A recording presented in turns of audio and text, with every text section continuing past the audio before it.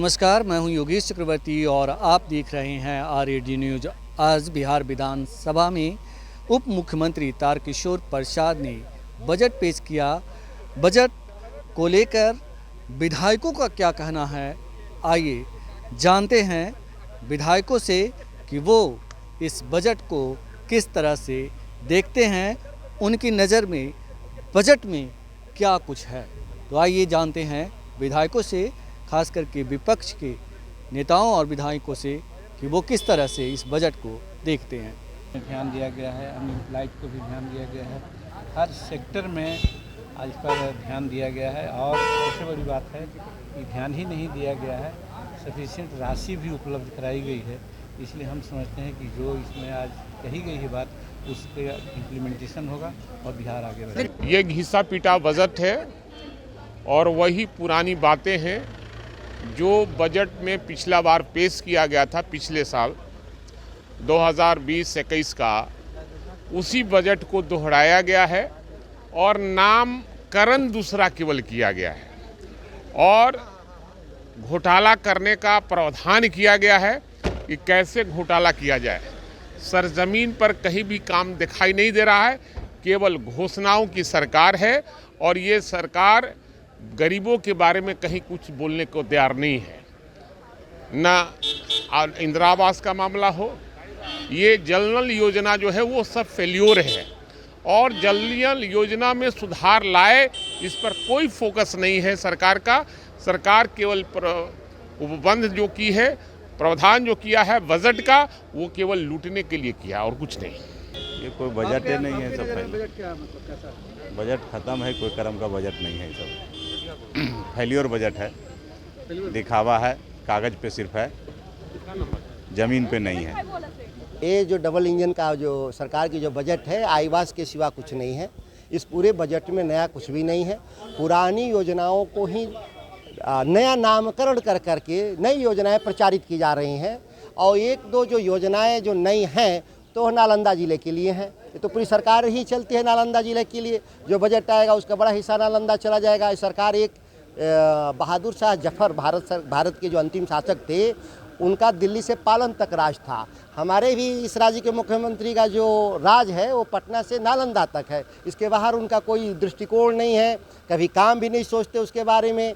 सब कुछ नालंदा और पटना के लिए है, उनके लिए। कैसे देखते हैं आप बजट में आम लोगों के लिए क्या कुछ है? ये आम लोगों के लिए कुछ नहीं है, ये लूट की बजट है। हर साल ये लोग इसी ढंग से लूट का बजट पेश करते हैं। झूठ का ये पुलिंदा है, कहीं कोई विकास नहीं। ये स्वरोजगार की बात करते हैं, ये कर्ज देंगे नौजवानों को। भाजपा के घोषणा पत्र में 19 लाख नौजवानों को रोजगार देने का वादा है, उसकी बात कीजिए ना भाई। आप अस्थायी नौकरियां कितने लोगों को दे रहे हैं, तो आप कह रहे हैं कि हम कर्ज दे करके लोगों को अपने पैर पर खड़ा करेंगे। यानी लोग पकौड़ा बेचेंगे, गाड़ी का पंचर बनाएंगे, इसलिए आप कर्ज देंगे और कह रहे हैं कि हम जो है रोजगार दे रहे हैं। हर घर नल का जल जो है एकदम बिल्कुल पूरा रुपया लूट लिया इन लोगों ने। ये कागज पर है, 36,000 करोड़ रुपया लूट लिया। पूरे बिहार की गलियों को, पक्की गलियों को कोड़ दिया इन लोगों ने और कहीं कोई पानी नहीं चल रहा है। रुपया भी खर्च हो गया। बच्चे पाइप से फोफी बजा रहे हैं निकाल करके, माने नल जल का।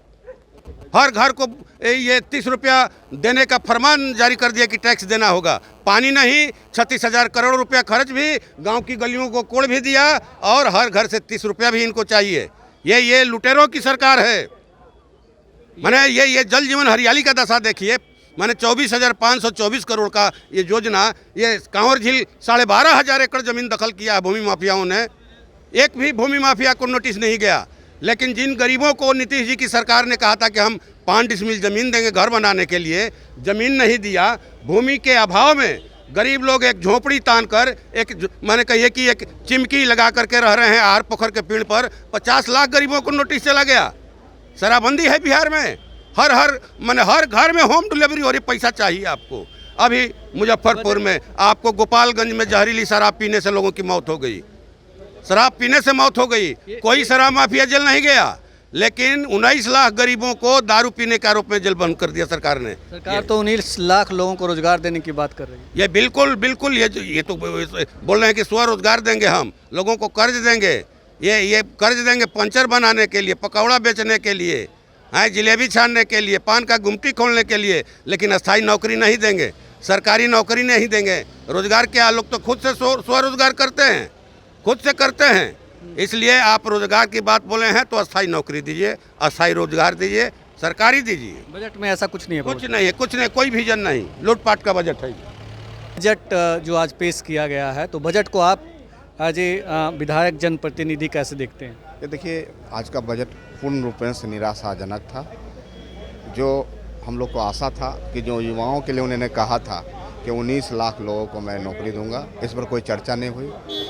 अभी जिस प्रकार से पूरे बिहार में भ्रष्टाचार का आलम है और लगा कि उसके रोकथाम के लिए कोई ठोस नीति बनेगी, इस पर कोई चर्चा नहीं हुई।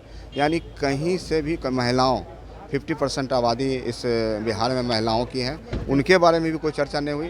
तो ये सब तमाम बातों से लगता है कि पूरा का पूरा बजट फेल्योर है। बजट में कहीं कोई आम जनता के लिए, नौजवानों के लिए, किसानों के लिए, युवाओं के लिए कोई सोच नहीं है। सरकार का कोई इसमें पॉलिसी नहीं है और पूर्ण रूपेण से यह बजट हम लोग के लिए निराशाजनक है। सरकार बिल्कुल फेल्योर है। ये बताएं कि आप बजट को कैसे देख रहे हैं? देखिए, ये बजट जनता की आकांक्षाओं पर खरा नहीं उतर रही है। चूँकि पिछला जो विधानसभा का चुनाव हुआ और उसमें जिनकी सरकार है, इनके मुखिया ने जो बिहार के अंदर या इनके गठबंधन ने जो जनता के साथ कमिटमेंट किया था, खास करके रोजगार के सवाल पर कि बिहार में हम रोजगार का सृजन करेंगे और 19 लाख लोगों को रोजगार देंगे, लेकिन रोजगार के सवाल पर इस बजट में कोई विजन सरकार का क्लियर नहीं है जिससे यह स्पष्ट हो कि बिहार के बेरोजगारों को रोजगार मिलेगा।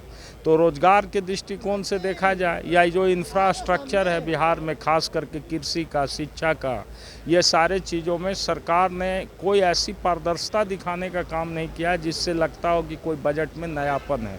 पुरानी बातों को ही दोहराने का सिर्फ काम किया गया है। इसलिए हम लोग इस बजट को एक जन विरोधी बजट मानते हैं और ये बजट जनता की आकांक्षाओं पर खरी नहीं उतर रही है। इसलिए राष्ट्रीय जनता दल ने हम सरकार से अनुरोध किए कि आपने पिछले दफ़ा जो जनता के बीच कमिटमेंट करके सत्ता में आए, उन बातों को बजट के अंदर लाना चाहिए था, लेकिन उन्होंने नहीं लाया। इसलिए हम लोग इस बजट को जन विरोधी बजट करार देते हुए सदन का बहिष्कार किया।